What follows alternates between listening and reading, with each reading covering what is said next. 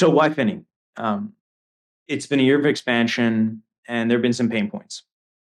I think that focusing a little bit on the pain points, it helps people understand, especially if they've mined over the last year. And one of the biggest pain points, one of the political battles with inside Bittensor has been around the UID count. How many miners can we sustain at any one time? And there's been a number of limitations around that because we run UMA consensus, and UMA consensus is limited to 4,096 UIDs based on the size of the chain, what we could sustain in the blockchain at any moment in time. So Finney was designed to allow us to scale beyond that UID set, horizontally and vertically, as you'll see in a bit. But the major push for Finney was not to release two of the major updates we're going to talk about right here: subnets and delegation. These are the two add-ons. The main thing for Finney was increasing Bittensor's degrees of freedom inside of the Web3 ecosystem so that we could integrate into the Polkadot world so that Tau could be moved across borders. Finney is about Bittensor's freedom in Web3. Freedom from centralized control so that we're no longer fully controlling the validator set, and we're able to push the protocol outside of the hands of the foundation and into the web beyond any individual's control. Hitting into Polkadot, getting in that relay chain position, that parachain, is number one step for that. Moving beyond a single validator set that we control as a foundation means that there's no third parties. It means that the token can be moved across borders between chains without anybody getting in the way. And these are really important because if we can't allow Tau to be liquid, if people can't choose how they want to use the token, it no longer has market value inside the Web3 ecosystem. And it's that market that we're using to drive the creation of machine intelligence. So that's Finney, but where we are today is not quite the Finney that is connected into a decentralized ecosystem of the Polkadot. Today, we're just launching Rococo, Finney Rococo, which is a bit of a test network. And we did it early so that people would have time to prepare. So people have time to prepare for these updates to the chain. They know how to use them, and they won't be sort of caught unsurprised. They won't be surprised when we launch the chain in a month or so. So what are the major updates? And I think people are really excited about them. So the number one is subnetworks. We've been talking about this for a really long time. Subnetworks are basically just running multiple Nakamoto consensuses across the same chain. So we can scale horizontally so that we have multiple networks. And we've we've really increased the speed at which we can run UMA consensus, allowing us to possibly scale up to 64,000 size networks. So we will be able to have 4,000 scale networks, multiples of them, plus even 16K networks across the chain running concurrently. This will mean that the inflation in Bittensor is split between these networks, and this will affect the incentive that each miner gets. So there'll be a hard task of selecting where that inflation will go and into which networks. A little bit on that later when we get to delegation. With subnetworks, we also introduced something called Subnetwork Connect, and I'm going to talk a little bit about this, maybe even demo it partially at the end of the call, where we have networks that are connected to each other. So Nakamoto 4K was the original network that many of you are familiar with. We're going to open a Nakamoto registration network with 16K UIDs that allows people to prove that they're worthy of entering the 4K Nakamoto by performing well on the registration network. It's a hierarchical aspect similar to promotion or relegation network or promotion or relegation league. Yeah. Go for it. Yeah, cool.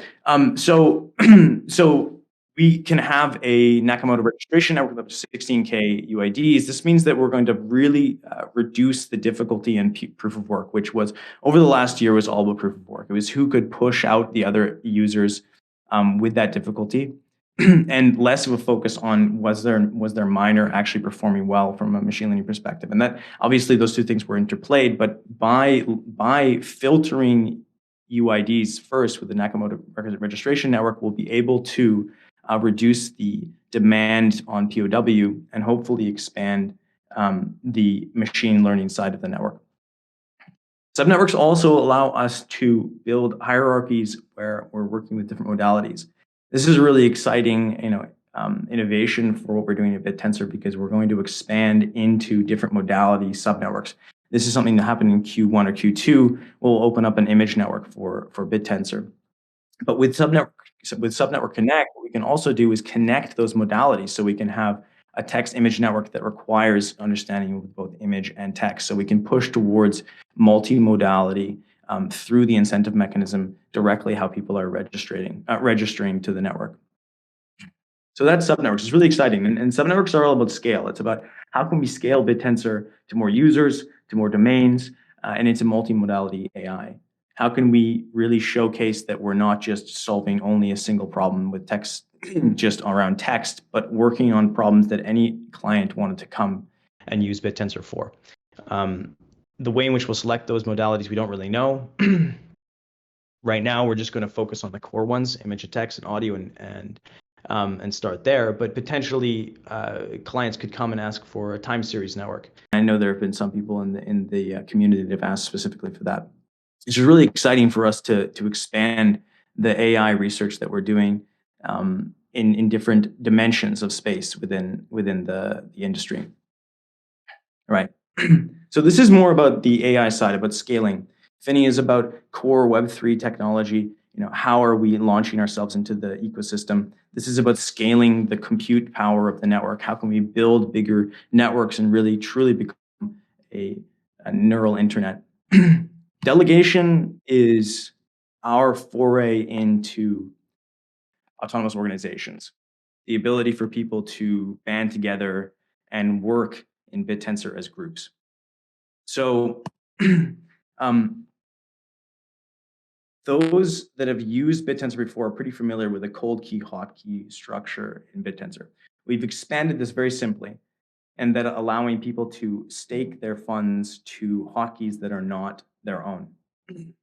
This is totally trustless. So if you stake funds to a hotkey that's not your own, you won't lose access to those funds. You can always get them back. You just can't use them in validation, but the hotkey that you stake them to, owned by a particular other individual, by another cold key, can use them. And so we're making this distinction, or expanding the potential for people to move Tau in Bittensor, so that we can build hierarchies or clusters of of individuals that then can group their power and use it inside of Bittensor. Over the last year, a lot of people have come to the realization that they needed 1024 Tau in order to be a validator. This is changing. We're no longer going to be picking a raw value for the validator cutoff. It's going to be based on the number of UIDs. It's going to be based on the stake of the validators. So we'll take probably the top 100 in Nakamoto 4K. So there'll be 100 validators. And so in order to validate inside Bittensor, or to participate in validation, you'll have to delegate stake to someone, or have a top 100 key. There's a number of reasons why we're doing this with delegation. So delegation is effectively a liquid democracy, where individuals can build organizations and move Tau around inside the ecosystem, and let that Tau be used to vote on things, especially the direction of the incentive flow, and inside Bittensor. So delegation is our first foray into what I would say is a liquid democracy. And it's also a way for us as a foundation to make revenue, as well as other groups of people inside the ecosystem to make revenue, because we've built in a flat rate of 18% as a take from the delegators. So if there's 100,000 Tau delegated to one particular hotkey from another individual, 18% of the emissions or the dividends from that stake, the 100,000 stake, will go to funding the organization. We hope that people invest in the foundation so that we can continue work and hire engineers, but we've made it specifically so that there's competition for ourselves. Anybody can build, anybody can become a delegate, and anybody can nominate stake wherever they want, in any piece, in any splitting of that stake they want. So this really hopefully integrates a little bit of competition the beginnings of competition at the organizational scale for Bittensor. So delegation is about organization, and it's an on-ramp for us, for people, so that they can begin validating without having to run a miner. They can begin making dividends without running a miner. It's a funding mechanism for the foundation. And it's also a democratic tool. It's a way for people to build, to gather behind representatives and have those representatives work for them in order to make the Bittensor move the way that they want them to. So those are the two main, and it's a real shame that we missed the rest of these slides because they were quite informative. But the majority of the information about what we're doing here with Finney and the release is in this, and I can release the slides to people that want to take a look at them. So Finney is open, and to follow on with this presentation, I thought that it would be great to open Finney and give people the documentation to start playing with it. So you can use it if you're on your computer right now. You can connect to Finney, and why don't I just show people how that's done? So, so if you can see my screen, we're all good, and you're at my terminal here. Alec, please give me a thumbs up. Yep, can see it. Right. So developers out there, if you want to connect to Finney, you have to be on the Finney branch. So this is Finney right here. So you have to pull. You have to pull this branch from master with inside your Bittensor directory and reinstall it. So I recommend reinstalling with Python.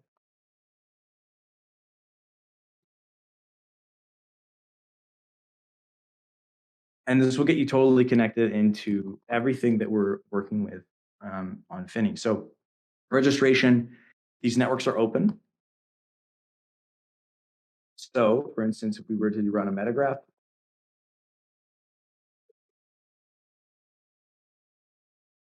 you'll see there's 3 networks to choose from, 0, 1, and 2. Right now, these are just numbered, but they will be ASCII-based in the future. We'll actually have a monogram for them.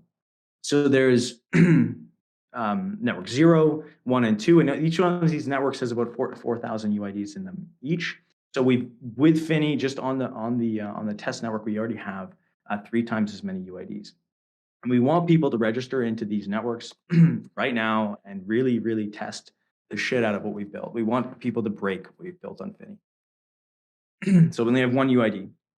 Now, this is maybe a little bit like those early days when there was only a couple UIDs. And the first time we presented an open network on Bittensor, it was at 100 UIDs by the end of the call. So I highly doubt that will happen today. But there's a couple other things that I'd want to showcase here with the CLI that are open for people to do. So one of them is nomination. So you can nominate yourself to be someone who can accept funds through delegated of stake. And you simply need to call btcli nominate, and then you need to share your address with people. So when we launch Finney on Kusama or Polkadot, we will show what foundation address people can use, and that'll be available within the code. So if people want to delegate stake to us, and so that we can take an 18% so to speak tax on the dividends, we'll be very, very glad for that, because we can use it to continue funding development. But if you want to build your own organization, delegating stake will be the beginning of how we move forward with building those organizations. So btcli delegate is the other command, which you can call, and you simply pass. Let's see, list delegates.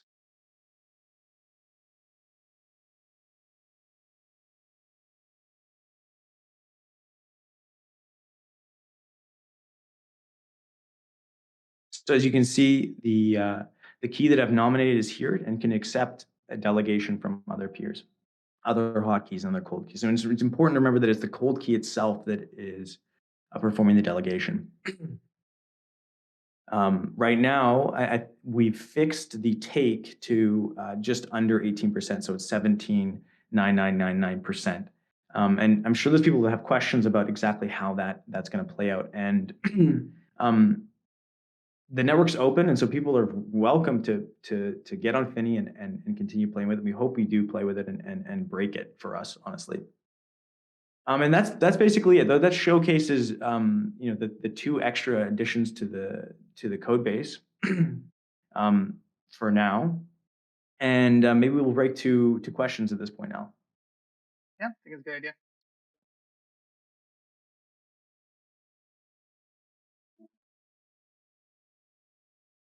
Okay, Mike's asking, will validators be able to adjust the take? Not sure what you mean by that, Mike. Can you clarify a little bit? No, Clarify what? I know what he means. No, Okay. so we've fixed the take on purpose, and instead we want competition to occur at the level of awards that each of the delegates is accruing to their delegators through validation. So if you have a hotkey that you've delegated to, and that miner is not actually validating correctly inside Bittensor, um, you'll see that affected in your returns as somebody delegating stake. So the fee is the same, fixed across the board. It's what the delegates can use that for. How they can use that stake that will make the difference between which pool you want to join.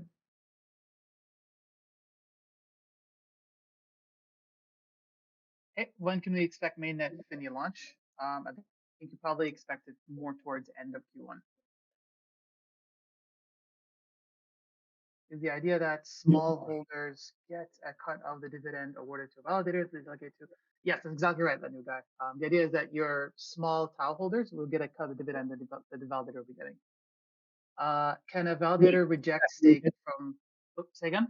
You'll get the proportion of that validator's dividends, which would reflect the amount of stake that you've staked into that validator. So, as an example, if there is a delegate with 100 stake from me, and that's it, then I should get 100% of the dividends that delegate is making, minus an 18% take.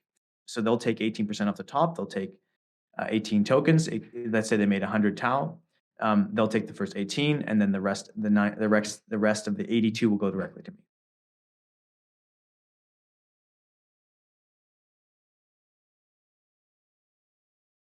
Yeah. Alice, you want to continue? Yep. I thought the original plan was for individual businesses to build their own validators to access the network. In limiting validators to 100, are you also limiting the number of businesses to 100? Well, we have a limitation that's based per network. So we can have some networks that have which have more or less validators. So it really depends on what the sub networks are working on and whether or not we want them to have larger validator sets or smaller validator sets. Is something we can pick specifically for each network.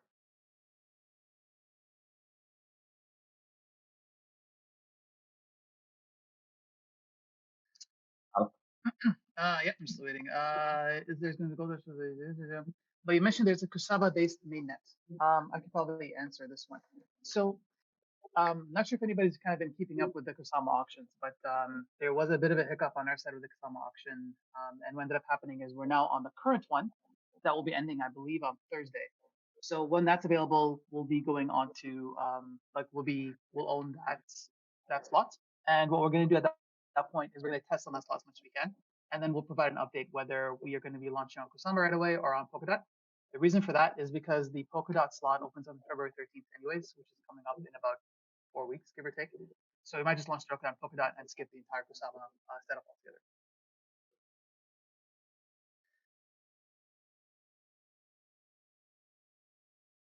Are rewards automatically distributed? Yes, they Yes. would be. Will Nakamoto mainnet be dismissed or not? Nakamoto mainnet is sticking around. It's not going anywhere for the time being until we launch fully on Polkadot or Kusama. Nakamoto mainnet will continue running. So nothing will change there for the time being.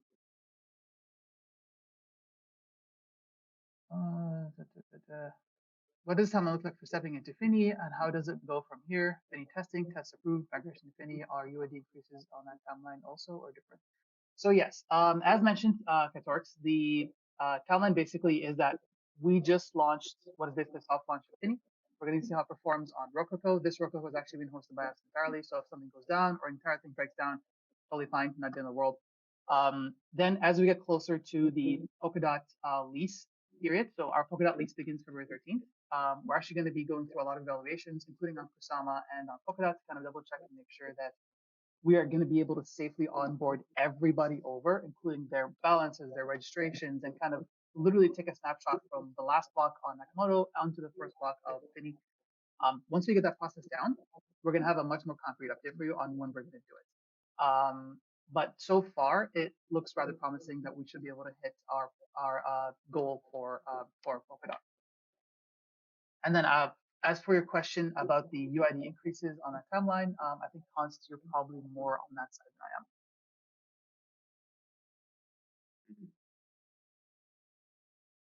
So we'll give you an update on that as we go. Let's see.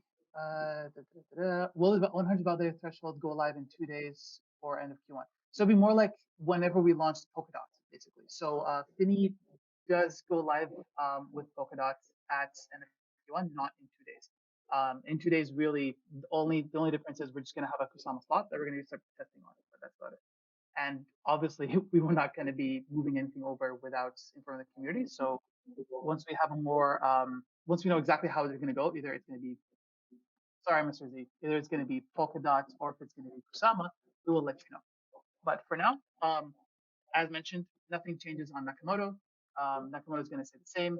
We are going to be either launching on Kusama or Polkadot, depending on how this Finney soft launch goes. So we'll be providing regular updates weekly, seeing how everything goes, and then we'll go from there.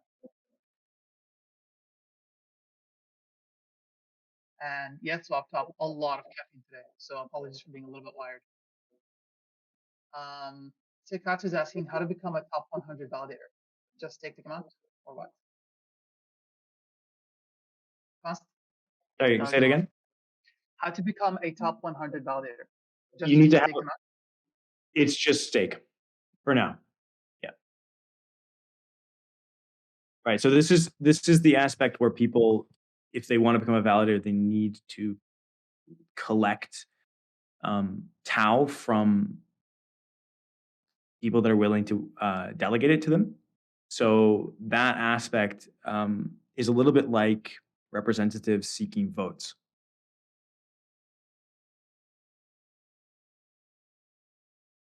Yeah.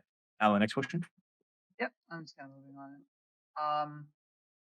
Let's see. Was asking, do you mean end of Q1, March 31st or February? Basically, we're aiming for mid-Feb, but unless something catastrophic happens, we're gonna push. So we'll push to March only if something catastrophic happens. So ideally, fingers crossed, keep us in your prayers. We're aiming for mid-Feb. Can you address the issue raised by Elder J about OpenTensor Team validators? We will address this in the coming week. To be frank with everybody, we have been heads down on this launch for a long time, and now we'll kind of go back to regular business as well as maintaining Finney. So stand by for that.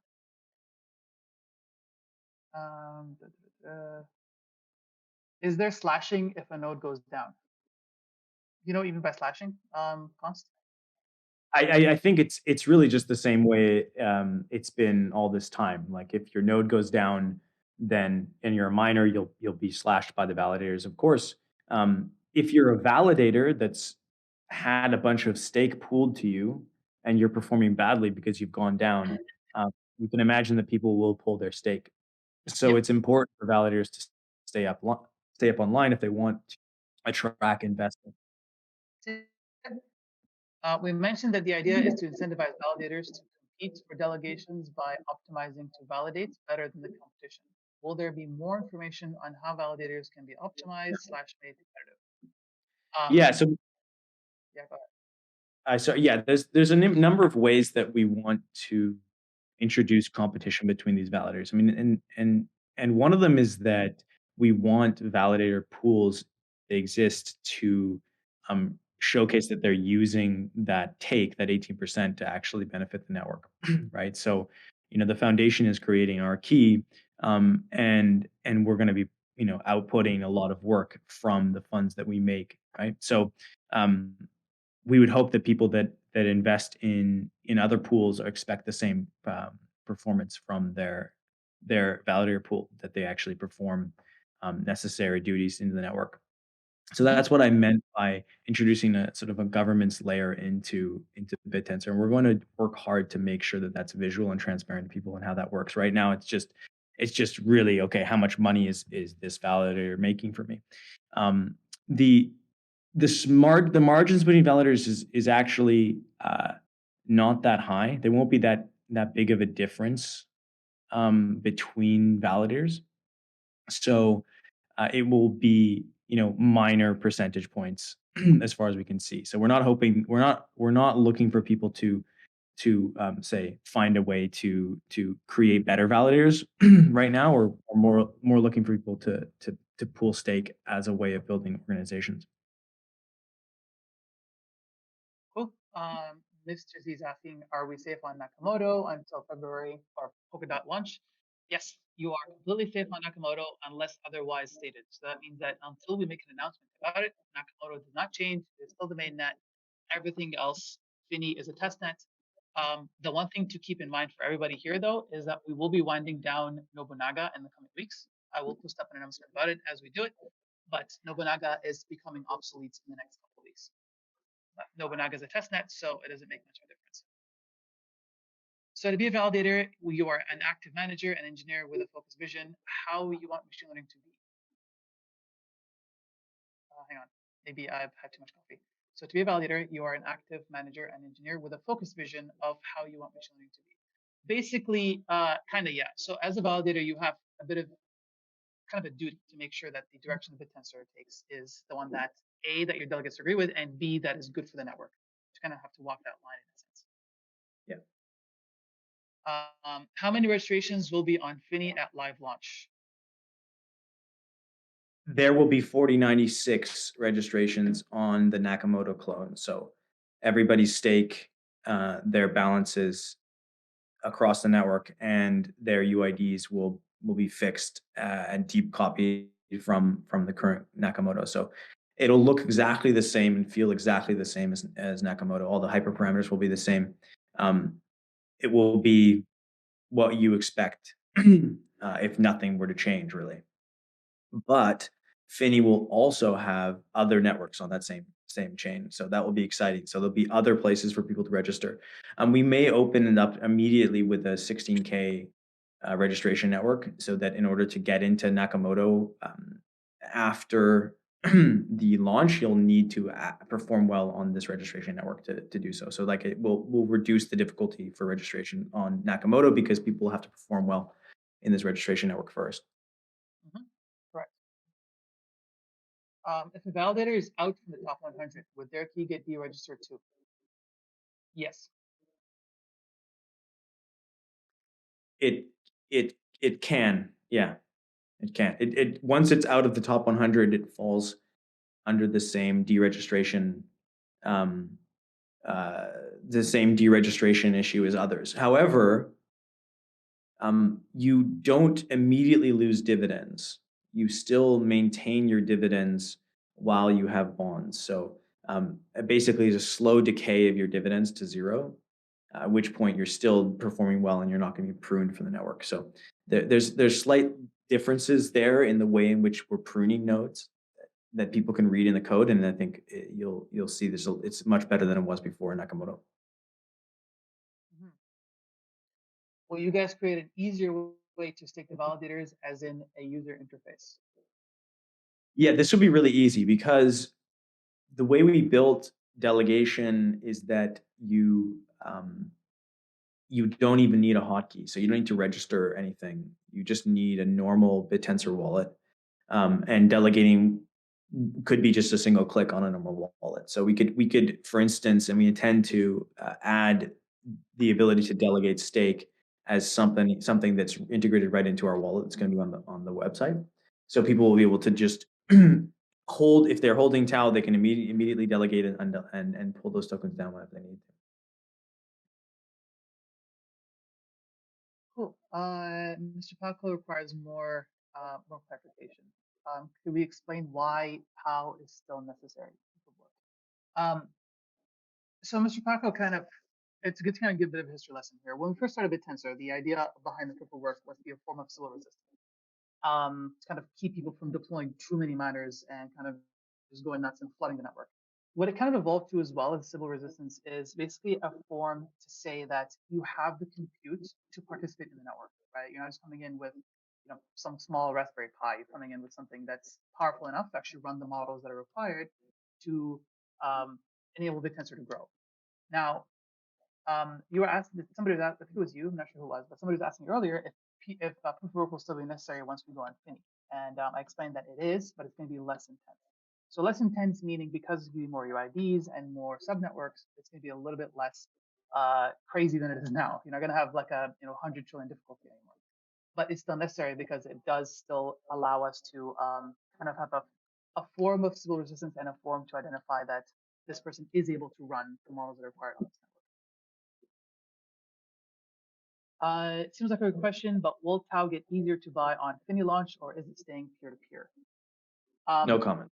Yeah, no comment. We can't really comment on this at all because this is no comment. Period. Let's see. Something again. Too big. I thought there was no plan. Heavy stacks. I'm pretty sure I answered your question earlier. You were asking.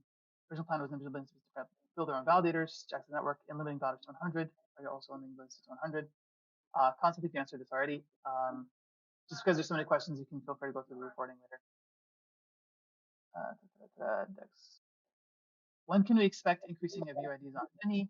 More or less, of course, not exactly. I think Constantly mentioned this earlier. Was it upon launch or a little bit after launch? If I'm not mistaken. Yeah, a bit after launch. Yeah, a bit after launch, you can expect that increase. Do you have a breakdown of what we will use the 18% for exactly? Yeah, so go for that one. I mean, what the foundation? Yeah, so I mean, what we intend to use the 18% for, I think that's a whole other conversation, but we can touch into it. So the foundation, like the developers that are behind the scenes building Bittensor right now, or committing most of the work into the repo, are funded by early day miners, primarily Ala and myself, who sold Tau in order to fund the nonprofit in Canada to hire engineers to continue developing on Bittensor. So in order to continue that organization moving forward, we wanted to build a mechanism for us to fund it, and without having to actually give up Tau directly. So to solve our own problem, we built delegation, really, so that there was a way for us to delegate stake into a shared pool and then use some of those funds over time to fund the development, to fund engineers researching and building on top of the protocol. We didn't want to just make that for us, right? Because that would just be centralized in the foundation. So we built it so that it was competitive, so that other people can do the same thing. So if there's other people in the community who want to build a pool and take 18% from that pool, so they can fund Bittensor and projects on top of Bittensor, we want to see that. We think that that's the best route forward for the whole system, and that's what we're hoping that people do, and that's where the 18% will go. So the 18% will hopefully go to funding these organizations and their ability to help us continue with our mission here. Will there be an immunity period for those UIDs that would have been copied, so they don't get deregistered before incentive has been built? Yeah, so what we're going to do is we're going to do a big difficulty.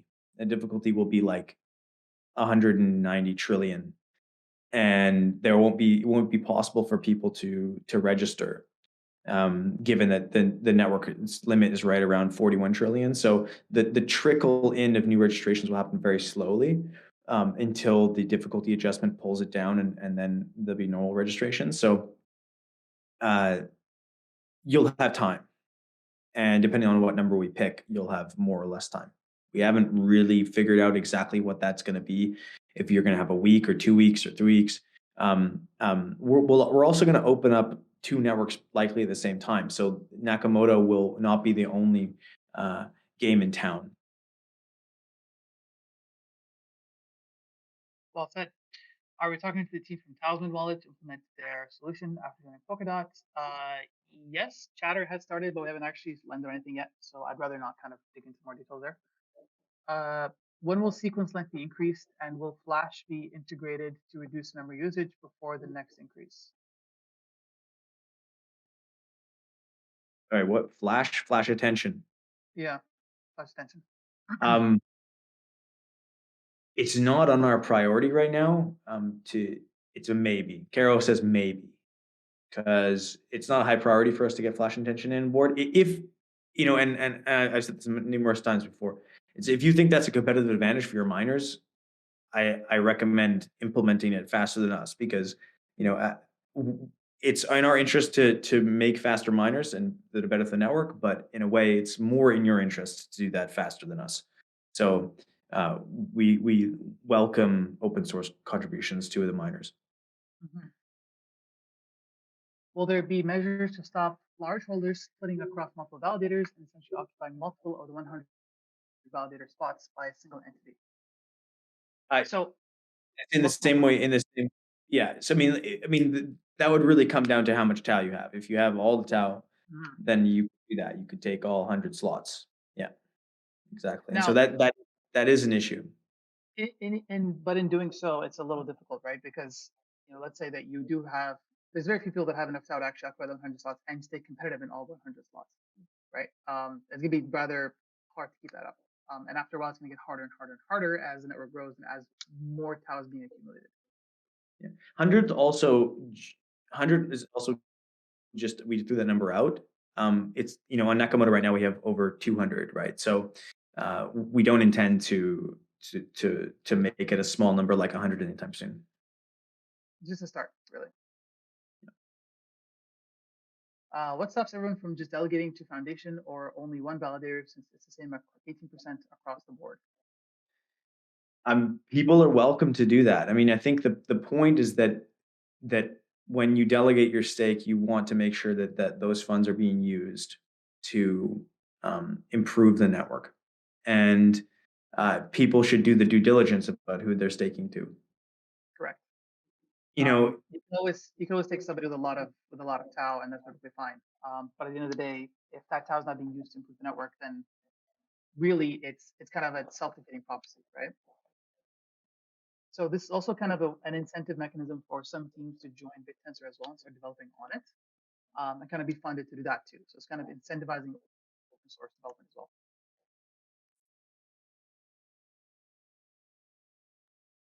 What are your thoughts as a registration as a service where people sell huge compute for getting hotkeys registered quickly? I mean, it's a rather interesting business, but we haven't really dug into it yet. what's the question? The question is whether or not we've looked into the No, business. what are your thoughts on registration as a service? Yeah, where people sell huge compute for Yeah. getting hotkeys registered quickly, You which I think can it's do it, been done. and Yeah.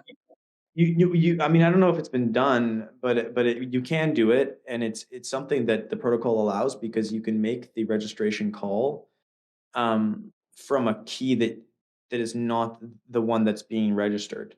So you don't even need to give them the hotkeys in Mhm. order to do that registration, and that's actually built right into the base layer. If you want to use an extra service, I mean, we were watching that pretty close. On Finney, we'll have the same transfer fee of 0.125. No, That's it's still being down. looked into. Yeah, No, it's no, being no, it's taken down, dropped. but do we It's have a dropped by precise number?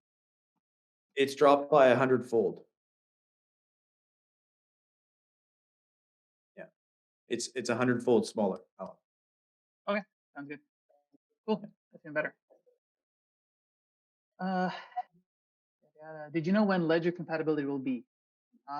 We haven't looked into that quite yet, but probably will be sometime in Q3, Q4, I'd say.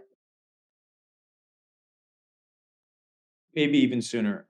Like Vu might be on the call, but he was saying that we may even have the integration now. If you do a little bit of wiggling around with the Polkadot.js uh, extension, which can hold our tokens, Ledger works directly with that, I believe. Yeah, but I mean, we're not working on Ledger integration directly. Yeah, Mhm. but it's a great idea. It's yeah, give it some time. 18% will go to the delegator you stake with, right? So for someone, if somebody Yes. stakes with Mike, his node, then 18% goes to Mike or goes to the foundation. It goes to Mike. So No, if you no. Inverse. 18% goes to the validator. So the yes, foundation. Yeah. so that's what that was a question, right? It's like if somebody stakes with Mike on his node. Okay. So yeah, so unless you're staking with the foundation, it won't go to the foundation, basically. Right. Yeah, exactly. So you'd have to delegate stake to the foundation miner Yeah, in order for the foundation to take the 18% stake. The 18% is for the delegator. Sorry, it's yeah. for the validator. So the It goes to the validator is, host. yeah, yeah, Yep. exactly. Um, so just to confirm, was the 800, 100 an example or the plan limit? It's an initial limit, I think, is the best way to describe. More than anything, it's not something that is going to be a hard limit, and it's not something that's just going to be we're stuck with. It's just something that we've thrown out there as a start. How many different Bittensor Foundation validators are there to choose from at launch or initial competition? Um, we don't have a number on that yet. We will share that with you as soon as we do, as soon as we start moving forward on the launch itself. We'll have all those details for you. As integration as possible. Did you use it already? Yes. Yeah, I think we're caught up on questions so far.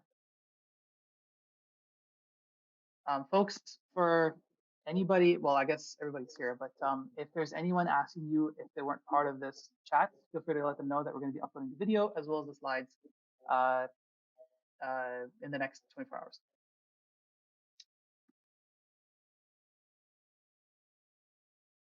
Awesome. Okay, Lamo is asking again, when will the next sequence length increase be No, after launch on Polkadot or before? nothing planned. Yeah, nothing planned on sequence length increases. We're gonna wait for basically the network to reach an equilibrium before we start hitting with increases like that. Mm-hmm. We might also create sub networks that have, we can and we will actually create sub networks that have different sequence lengths, etc. So there'll be some places where you don't need sequence lengths and others you do, and people can choose to work between those consensus mechanisms. Yep.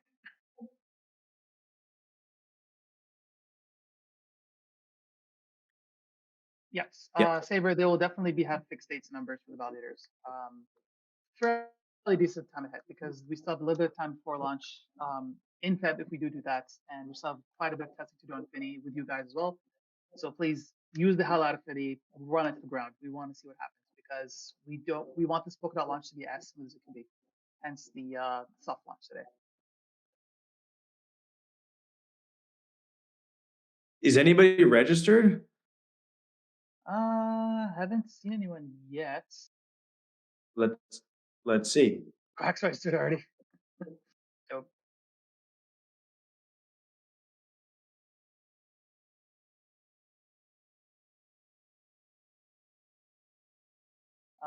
Cagliari says he can't use Metagraph or Finney.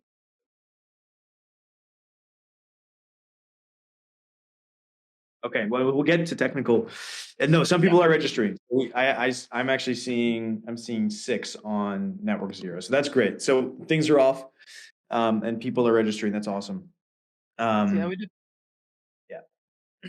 Okay, so there's still more questions coming here. Could we make a Network Finney channel? Yes, absolutely we can. Let's do that right after this call. My understanding is that Finney will be on Polkadot or Kusama, not both. Is there any scenario where there will be 2 economic Bittensor networks running simultaneously, one on Kusama and one within the more stable code base on Polkadot? No plans to. We don't want to have 2 incentivized networks. We think that would just complex things. complexify things. So we're just going to keep it pretty simple. Mm. We And will I maybe, if we do launch the um, future on Kusama and Polkadot, the Kusama one will put in its space station. It'll be similar to what Finney is now. yeah, yeah, yeah, yeah, yeah. Possibly we do that. Yeah. Yeah, if we go that direction. Cool. Cool. We're right on time again. Right on time. Fantastic. I think, are the questions flowing in, or is that it? I think maybe we should end the call. I think we're good. We're good to end it. Jacqueline and I will work on the video, get it done, and upload it to you guys by tomorrow, ideally. We should be good to go. Fantastic. Okay. Thank you, everyone. Yeah, really glad to have everyone on the call. Really huge call today. Very exciting time. And Biggest call so far. yeah, and we'll see you all around. See you later.